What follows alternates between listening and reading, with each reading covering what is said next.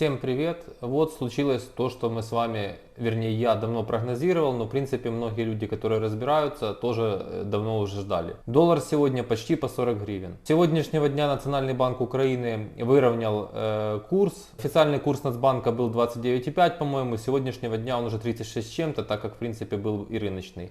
Но, соответственно, рынок тоже отреагировал, и доллар взлетел почти до 40 гривен. Рукописи не горят, можно найти мое предыдущее видео на эту тему. Был прогноз, что повышение учетной ставки Нацбанка до 25% ничего не даст. Хотя они это декларировали как способ борьбы с девальвацией, что это удержит гривну. Ну, результат видите, как удержало? Так будет абсолютно со всем, что сделает эта гоп-компания. И тут же я вам сейчас дам интересные данные о социологии, которая была проведена. Давненько не проводили никакой социологии. Ну а по результатам отпишитесь в коментарях, що ви скажете по этому поводу. Зачитываю. Соціологія щодо кожної людини. Скажіть, вам ця людина подобається чи не подобається?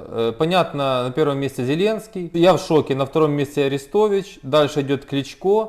Ладно, мэр Киева удержал город. Следующий идет Сергей Притула. То есть люди как? Воспринимают то, что Сергей Притула раз он занимается волонтерством. А я повторюсь, пусть опубликует, сколько туда Хомутынник, его родственник, дал денег в этот его фонд. Но какое имеет отношение волонтерская деятельность вообще к политической, я понять не могу. Но это не все, идем дальше. Подоляк тоже восхищает людей, тоже не понимаю как. Залужный нет вопросов. Разумков это вообще феерия просто. Давид Арахамия тоже восхищает людей, блестяще. Гройсман 50/50, там Стефанчук, Данилов понятно. Кира Рудик тоже больше в плюсе. Это та, которая голая босса с автоматом фотографии делала. Ну, радует только, что Тимошенко, Порошенко и Бойко в полном минусе. Но, как видим, по параметрам Бойко он почти наравне с Порошенко, значит, ваты у нас еще много осталось. А второй соцопрос касается именно политики. Яким є сьогодні ваше ставлення до наступних політичних партій? Слуга народа лидирует, дальше идет партия Сергея Притулы. Я повторяю вопрос. Какое имеет отношение волонтерская деятельность к политике? Если это совершенно не связанные вещи. Удар Виталия Кличко, ясно. Разумков опять тоже больше людей за. Я не понял, что он такого сделал, и что он предложил, и какую идею он вообще хоть раз в жизни озвучил. Голос Киры Рудик тоже за, ну блестяще. Чуть-чуть там Гройсман хуже результаты, ну и дальше уже все пошло вниз. Я не понимаю, что в этот рейтинг надо было еще Николая Тищенко включить, может быть, или Безуглу, может быть, они бы тоже там довольно-таки неплохо набрали. И если люди, вы и сейчас не поняли, после всего того, что произошло в нашей стране и продолжает происходить, если вам не дошло, как все работает и откуда что берется, то, наверное, уже ничего нашей стране не поможет. Продолжая тему экономики, я хочу вам дать первоисточник видео реального парня из TikTok, не подставной, ничего, который пытался взять грант, который так пиарил кабинет министров Украины. Давайте, чтобы это не я говорил, послушайте первоисточник. Вы уже слышали про аттракцион нехилой щедрости от государства?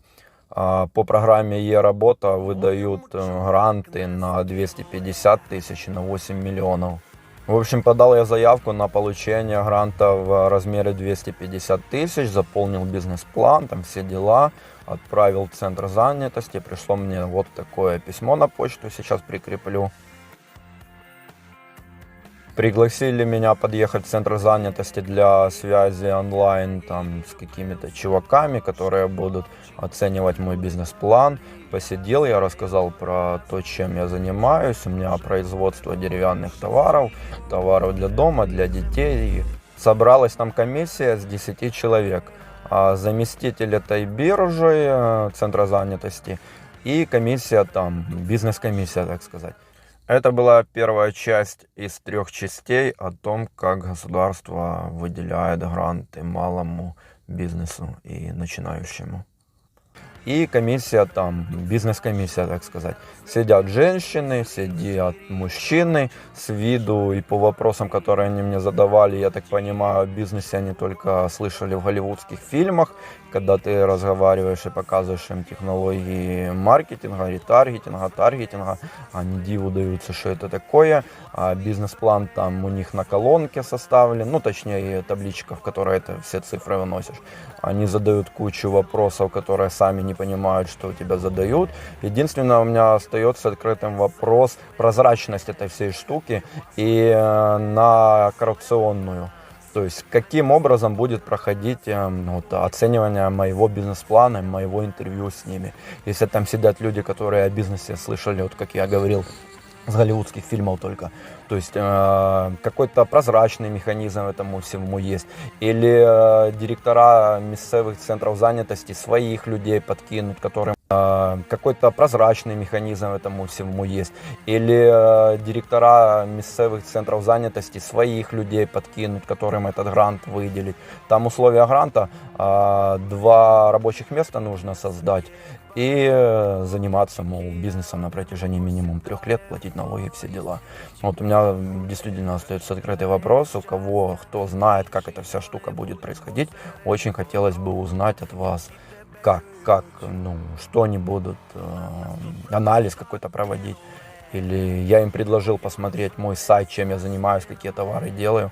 Они, во-первых, диву даются, в смысле посмотреть. То есть там этот грант на поддержку существующего бизнеса и на создание нового. То есть, ладно, если там новый какой-то бизнес, они задают людям вопрос, а как ты будешь продавать, а как ты открываться, это уже понятно как бы. А так как они мне задают вопросы уже на существующий бизнес, и ты им даешь ответы, они, я смотрю, ни хрена вообще не понимают, о чем идет речь. Я этого парня не знаю, сразу вам скажу. Мне прислали просто знакомые, увидели в ТикТок случайно. Но я убежден, что именно на таких, как он, на таком уровне предпринимательства должна строиться основа нашей экономики. Потому что это тогда здоровая экономика. Именно такие люди, как он, понимают, как создаются рабочие места. Именно такие, как он, уровня предприниматели, знают все боли нашего бизнеса. Потому что боль малого бизнеса, она не одна, их много, и она всегда сложно решаема, в отличие от боли, например, олигарха. Потому что у олигарха боль одна: получить доступ к тому или иному чиновнику и его коррумпировать. Собственно, на этом вся их боль и заканчивается. Но это не здоровая экономика. А теперь давайте без лишних эмоций в сухом остатке разберемся, что мы имеем в данный момент. Все предприниматели Украины, или давайте так скажем, 90, там, может быть 8%, просто подавляющее большинство все-таки зарабатывают деньги сейчас в гривне. Мало кто сейчас может заниматься экспортом. Учитывая, что мы все зарабатываем в гривне, давайте посчитаем. Раньше была гривна 28, теперь она 40. При 28 мы не были довольны, потому что абсолютно все активы, там, недвижимость, автомобили и прочее, всегда привязывались к доллару. Теперь же доллар 40, и я утверждаю, что это не предел, что он будет дальше только расти, минимум 50 цена его будет зимой. Теперь смотрите, значит, доходы наших предпринимателей еще больше упали. Если он какой-то и был, то он просел, упал еще больше. Дальше экономика продолжает стремительно падать. Все действия Нацбанка абсолютно не несут за собой никакого положительного эффекта. И вообще, по-прежнему мелкий и средний бизнес никто за людей в этой стране не считает. Крупному бизнесу, видите в новостях, прощаются долги, льготы. Они могут судиться с Российской Федерацией, в перспективе ожидать какие-то там выигранные суды, какие-то деньги. То есть они совершенно на другом поле играют. Что остается делать мелкому и среднему бизнесу, который именно создает рабочие места? Я, к сожалению, рад был бы дать вам какой-то совет, дать какое-то положительное что-то сказать, но я просто ничего не могу вам сказать. Мы все в шоке находимся. Кредитование вы увидели, какое возможно. Так это речь идет о самом мелком гранте 250 тысяч гривен. По такому курсу это уже вообще почти ничего. 5 с чем-то тысяч долларов. Но это все равно что ноль. О каких реальных возможностях мы сейчас говорим? Я уже сказал, что если деньги не пойдут, а ликвидность у банков есть, я вам уже говорил, 200 миллиардов гривен свободных денег у банков в банковской системе Украины. Если эти деньги не пойдут в кредитование реального сектора экономики, для того, чтобы социальное напряжение не нарастало, чтобы люди были при работе, чтобы предприниматели удержали свой бизнес на плаву, тогда мы можем на что-то рассчитывать.